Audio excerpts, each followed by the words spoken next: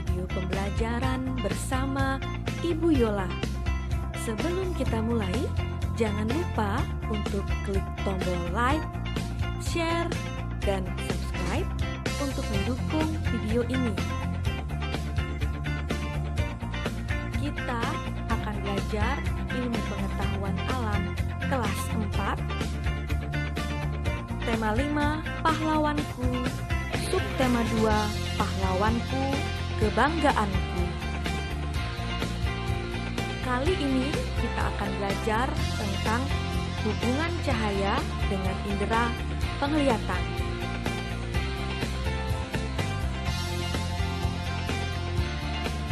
Cahaya yang mengenai benda akan dipantulkan sehingga kita bisa melihat benda tersebut. Kita memerlukan cahaya untuk dapat melihat.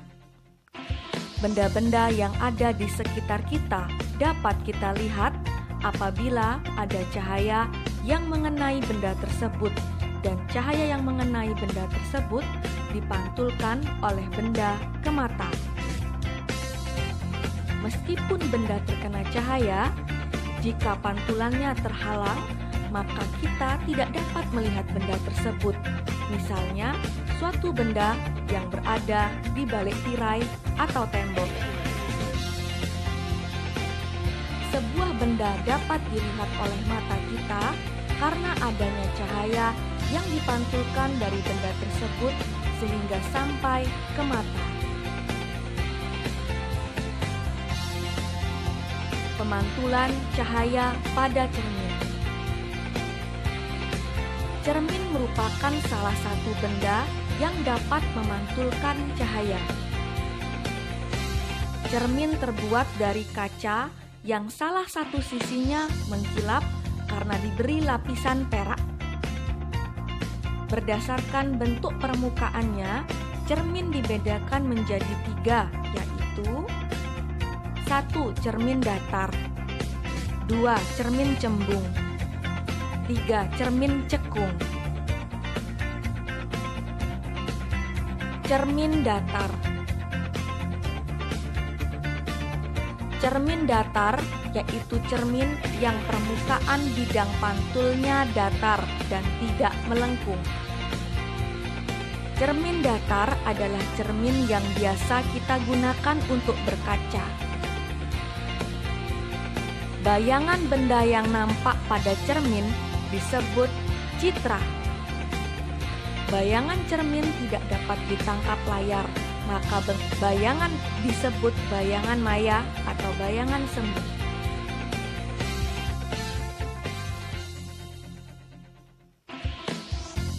Sifat bayangan cermin datar adalah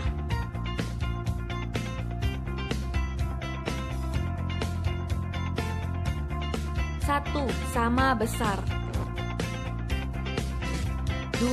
Jarak bayangan ke cermin sama dengan jarak benda ke cermin. 3. Bayangan yang terbentuk mirip dengan aslinya namun berkebalikan posisi kanan kirinya. Misalnya, tangan kiri akan menjadi tangan kanan pada bayangan kita.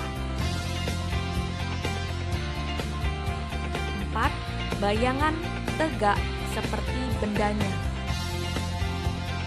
5. Bayangan bersifat maya atau semu. Artinya, bayangan dapat dilihat dalam cermin, tetapi tidak dapat ditangkap oleh layar.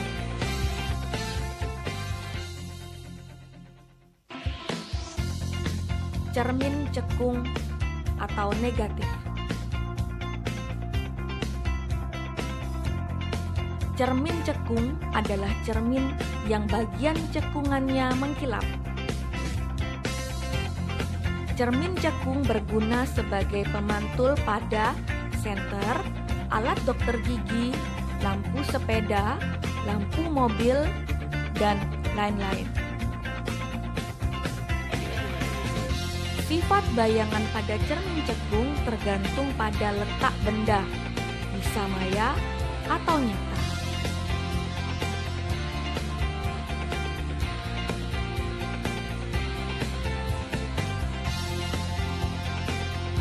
Jika benda dekat dengan cermin cekung, maka bayangan yang terbentuk maya, tegak, dan diperbesar. Jika benda jauh dari cermin cekung, maka bayangan benda yang terbentuk nyata atau sejati dan terbalik.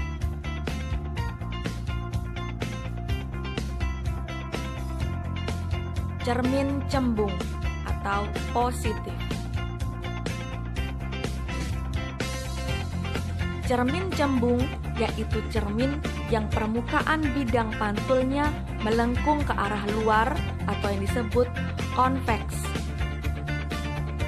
Cermin cembung bersifat menyebarkan cahaya atau divergen. Cermin cembung dapat kita jumpai pada kaca spion kendaraan bermotor dan bagian belakang sendok logam. Bayangan pada cermin cembung bersifatnya maya, tegak, dan diperkecil daripada benda sesungguhnya. Pemantulan cahaya pada lensa. Lensa adalah benda bening yang dibatasi oleh dua buah bidang lengkung. Ada dua jenis lensa, yaitu lensa cembung atau yang disebut konveks dan lensa cekung yang disebut konkav. Lensa cembung atau konveks. Lensa cembung adalah lensa yang dapat mengumpulkan cahaya pada satu titik yang datar sejajar dengan lensa, yang datang sejajar dengan lensa. Bentuk lensa cembung ada tiga. Satu, kedua permukaan cembung disebut bikonveks. Dua, hanya satu permukaan cembung disebut konveks. Tiga, satu permukaan cembung dan satu permukaan cekung disebut konveks konkav. Bayangan lensa cembung.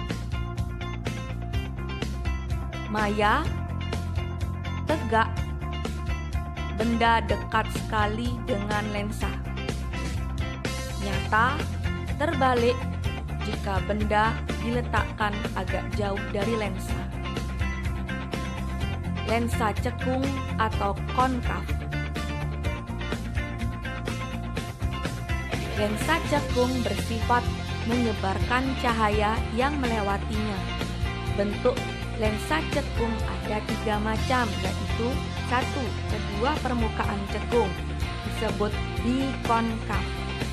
Dua, hanya satu permukaan cekung disebut konkav. Tiga, satu permukaan cekung dan satu permukaan cembung disebut konkav konveks. Dari uraian lensa cembung dan lensa cekung, maka lensa cekung disebut juga lensa negatif, sedangkan lensa cembung disebut juga lensa positif. Terima kasih atas perhatian kalian pada video pembelajaran tema 5, subtema 2. Sampai jumpa pada video pembelajaran berikutnya, yaitu subtema 5, subtema 3. Semoga kalian menikmati video ini